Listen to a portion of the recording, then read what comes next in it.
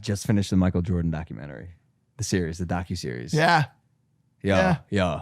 Same kind of thing. Yo. He never gets inspired by people. Ever. Talk about Last Dance? Yeah. Yeah. It's on Netflix now. Yeah. I can't remember the last time I was really inspired to change the way that I live my life by something I watched. Maybe 7 years ago. By Dwayne The Rock Johnson. Yep. And I didn't want to bring that up, but yeah, that was the only time I've ever, in our grand scheme of like friends, like never. I was like, wow, he works so hard. So cool. Dwayne, like multimedia mogul. So cool. And then it kind of died. And then I watched this Michael Jordan docuseries. And as a kid who was just on the tail end of his legacy, at his stint in the NBA, not a stint, but his time in the NBA, I didn't know much about Michael Jordan, right? You hear this guy's the GOAT. Yep. You hear about the things he's achieved, but I had no idea how special this human was, both on and off the court. His dedication to the craft is unparalleled. His innate God-given ability as an athlete. And I think the thing that I noticed solidified him as the GOAT is that he knew when and that he could rely on his team. Yeah. That was the thing. Yeah, like, he wasn't a ball hog. He was down for the cause at all times. He just wanted to win. That was he needs to win. Bro, 2 3-peats. He won 6 NBA championships, all with the Chicago Bulls, and retired after his last win.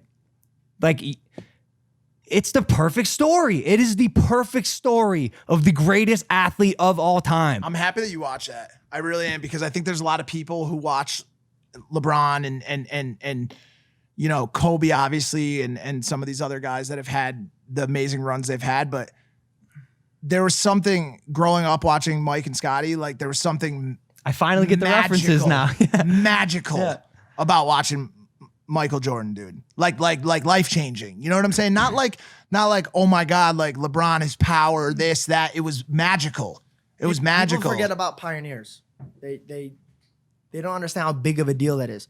Like when you listen to Michael Jackson's music now, you're like, oh, that's cool. Or if you listen to Elvis Presley, oh, that's cool.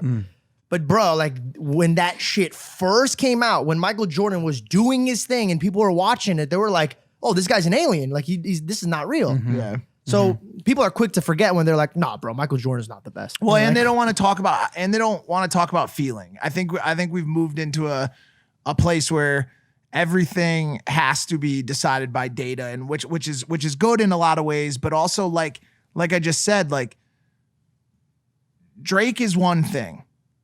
He's an animal, bro. An amazing artist and one of the best of all time. But when you try to compare something to the feeling of the Beatles showing up in your fucking city, the pandemonium, the feeling. Now, this stuff is not replicable. It's not replicable. It can't be replicated. It can't be recreated, replicated, repeated. Or explained. Yeah. Or explained. Like when people are like, oh, but LeBron has more this or has more that. Bro, I'm a Cleveland boy. I know. I'm a Cleveland boy. I love LeBron. I love LeBron. Yeah.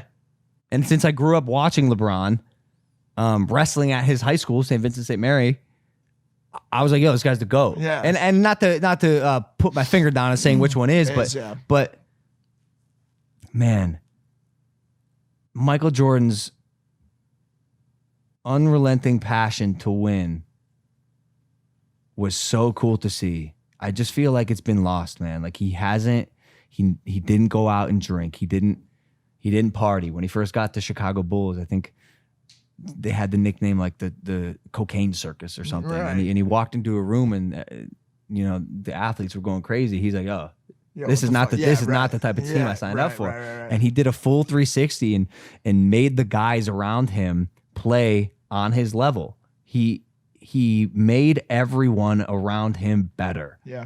And it was so cool to see.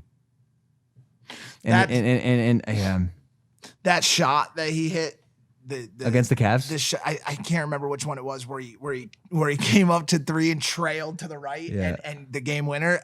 Honestly, like I don't know what you do to rival that from a basketball standpoint. Like when I see that shot be No, made, bro, he had and a- he throws the That fucking was it. That was fist, it against the Cavs. bro. He had he had so many of those, and it Yeah, was oh so yeah. interesting He how was he could yeah. he could play effectively off his emotions. Yeah. Everyone fueled him. everyone would say like, "Yo," when you said to Michael like, "Hey, well, good luck tomorrow, Michael.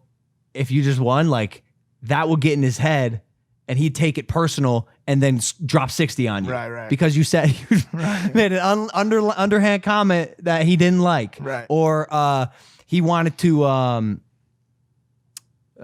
take a stance against his general manager Jerry Krause. Yep. In a player that he liked, that like Michael Jordan didn't think should be on the team, and he would just drop 50 in a game and or shoot the game-winning shot, and it was almost like he was puppeteering everything. It's the perfect story. How often you get perfect stories? Yeah. Very rare. There's definitely some dark spots. There's definitely some dark spots. Yeah, But there's some dark spots. there but always okay, is. There always no, is. but it's part of that, bro. A story is not.